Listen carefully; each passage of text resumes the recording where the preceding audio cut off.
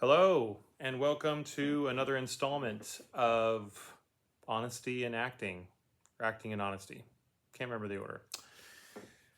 So this is part two of this series I'm making, where I explore the intersection between the the world of acting and the world of honesty, specifically through two means. One is an acting class that I'm now taking every Monday, and this book, The Way of Integrity by Martha Beck.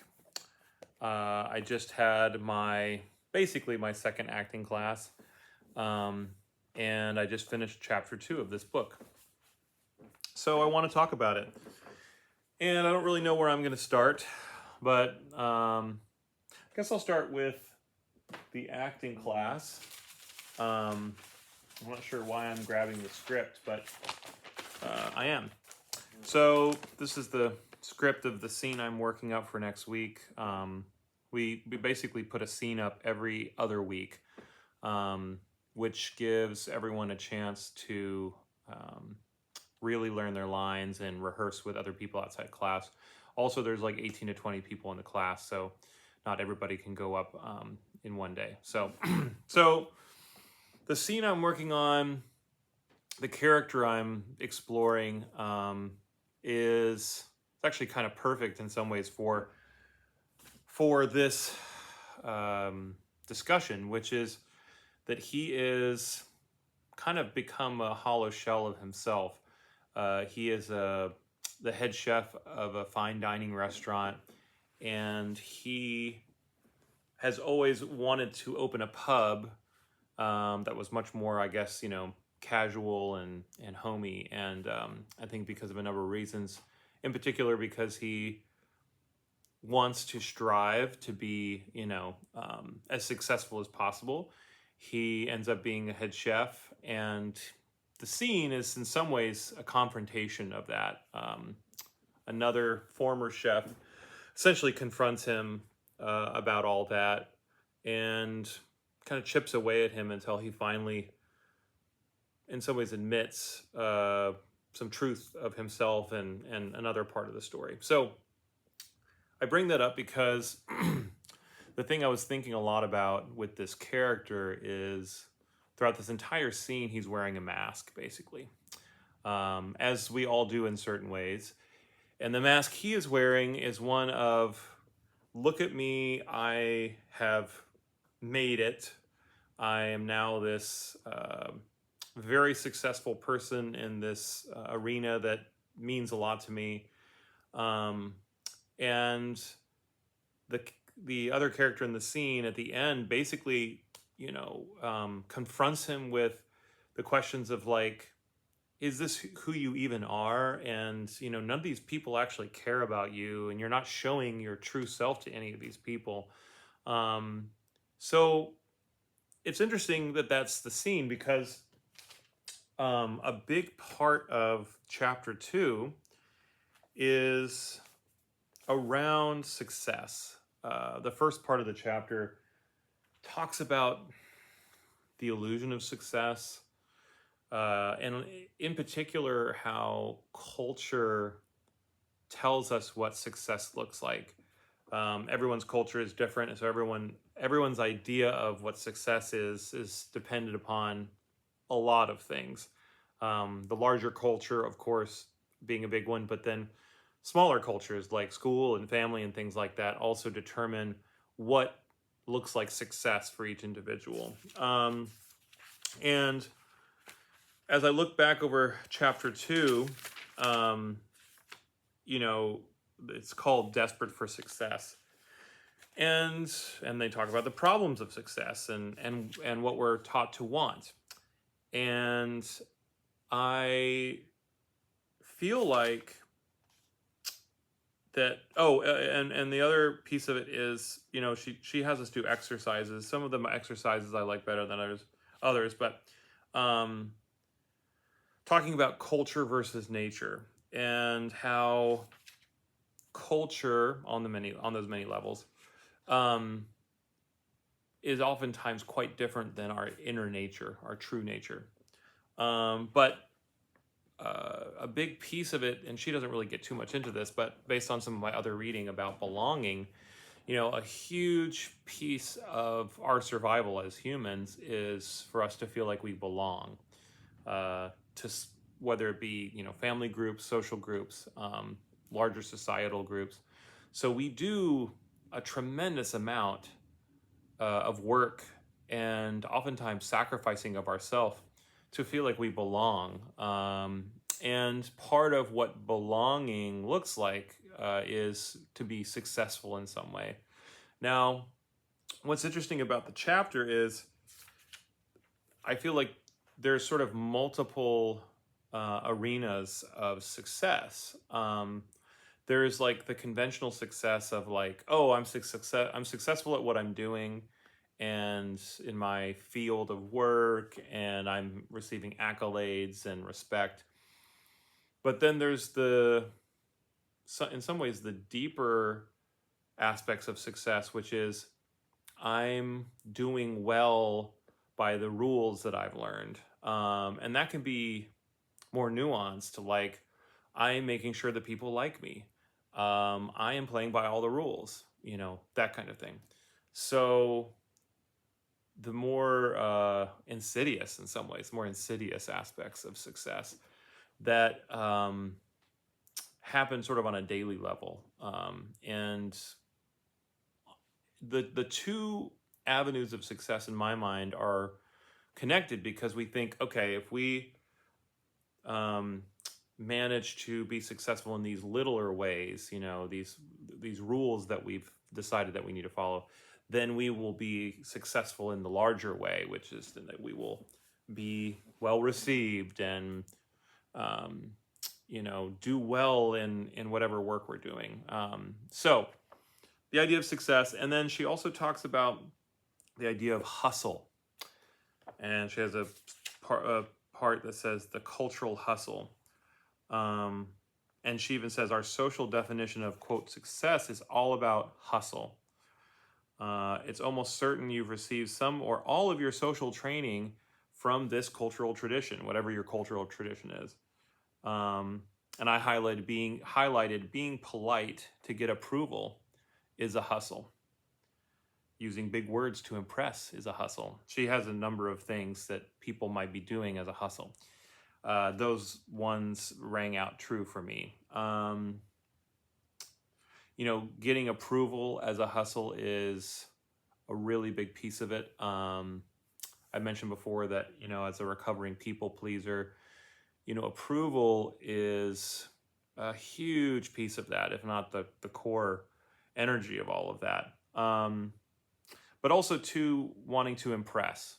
So for me, it's not quite this simple, but approval and impressing people are two hustles of mine, and I do love that she frames it like a hustle, because when I hear the word hustle, I think of professional hustle. I think of like someone who is grinding every day at whatever they're trying to do, and whether it be practicing or making phone calls or chipping away, working really hard. Especially in the United States, hustle is a huge piece of our culture, and we are really culturally conditioned here to push ourselves all the time towards our goal, and that is what is going to allow us to reach success.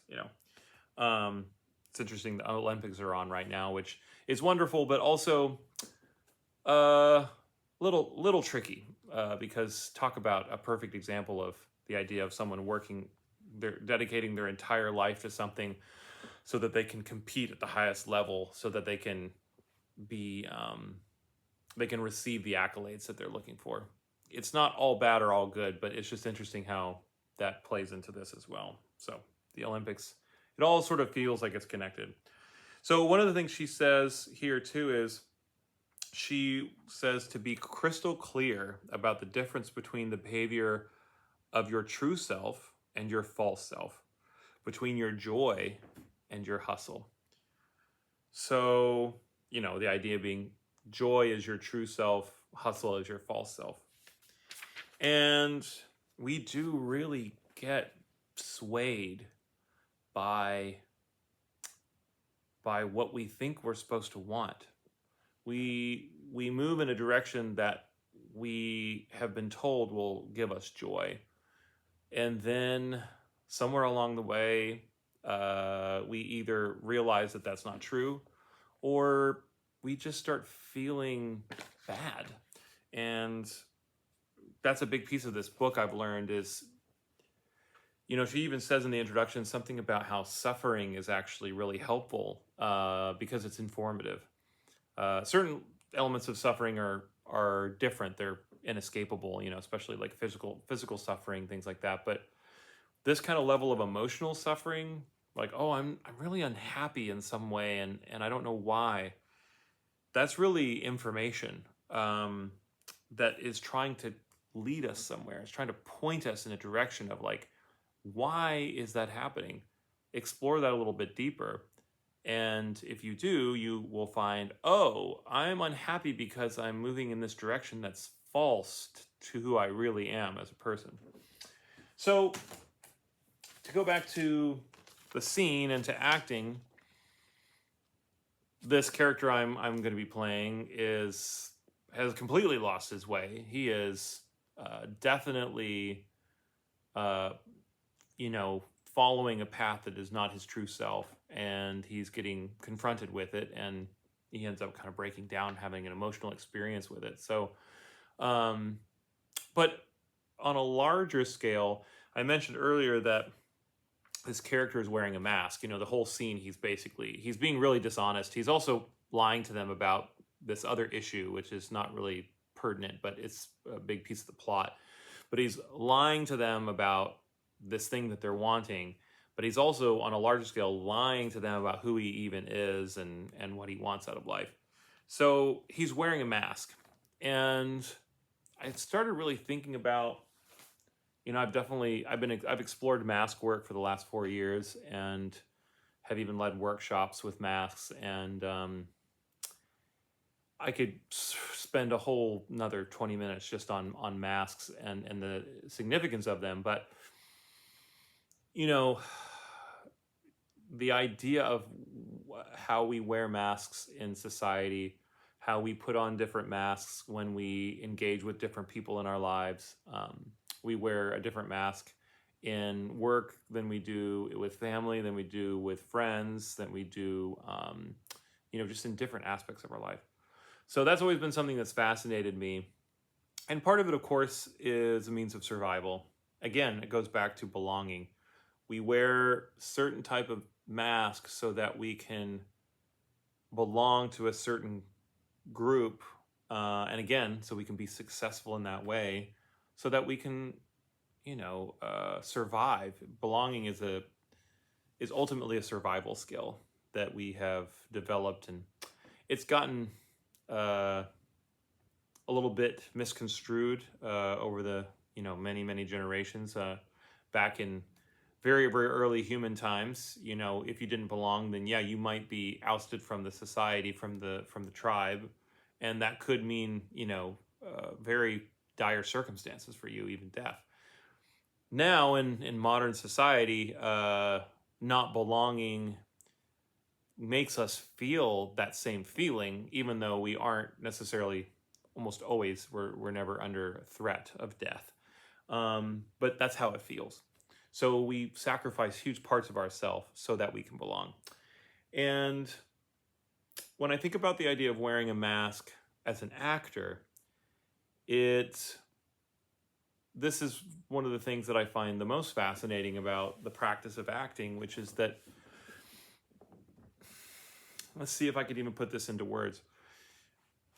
The thing that I find compelling is that an actor, their job is to wear the mask of this character so as to, help tell a story. And one would presume that the wearing of that mask, given that they are just taking on a completely different character than themselves oftentimes, that they are really stepping into this other self. You would think that that would be the most, I don't know, the thickest mask, or the most developed mask, the most separate from reality, right? The mask you would wear as an actor would separate you as much as possible from truth or reality. But what actually ends up happening, I find, is that through the process of, again, diving into a character of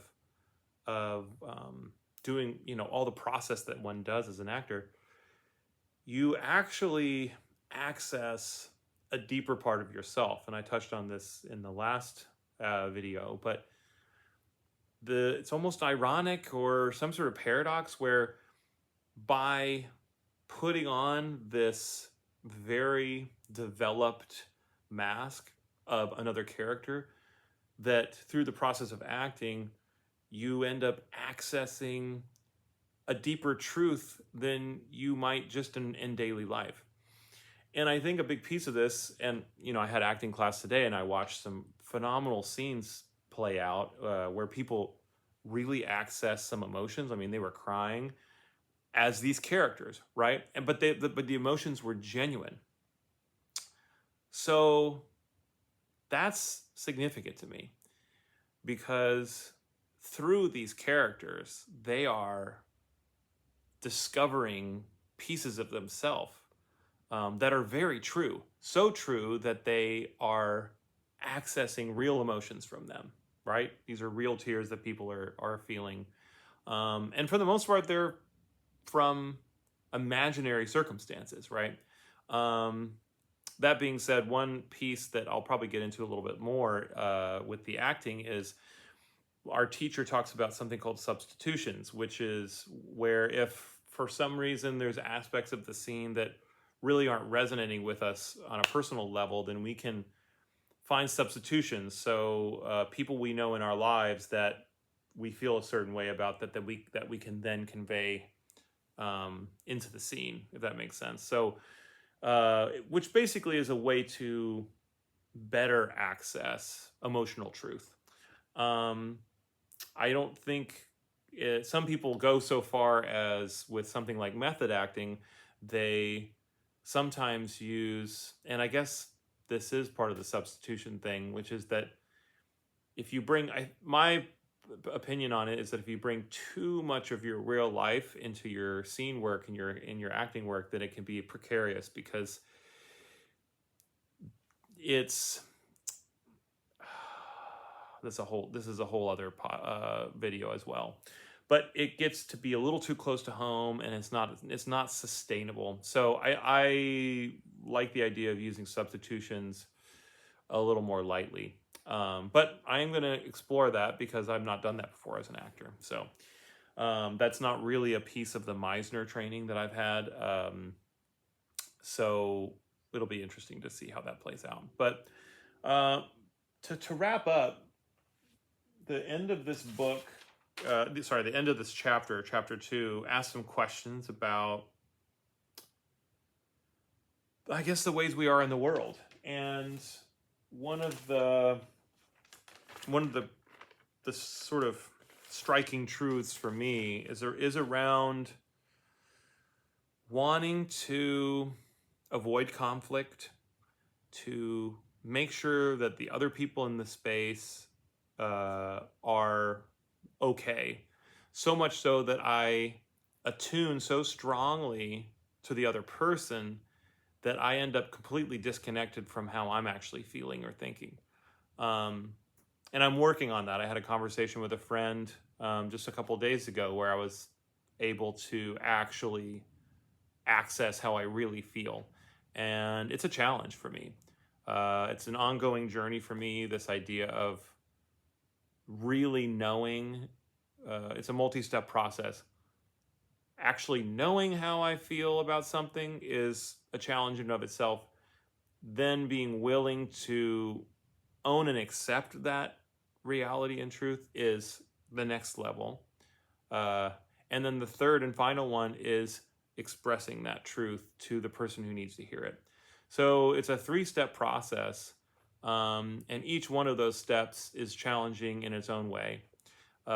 So if you have all 3 happening, it can be very challenging. And for someone like me who has, as a recovering people pleaser, has developed an incredible skill set at attuning to other people, which has its own benefits and is good in a lot of ways. But one of the shadow elements, or one of the not so great aspects of that, is when we are so highly skilled at attuning to someone else that we lose complete sight of how we're actually feeling in the moment.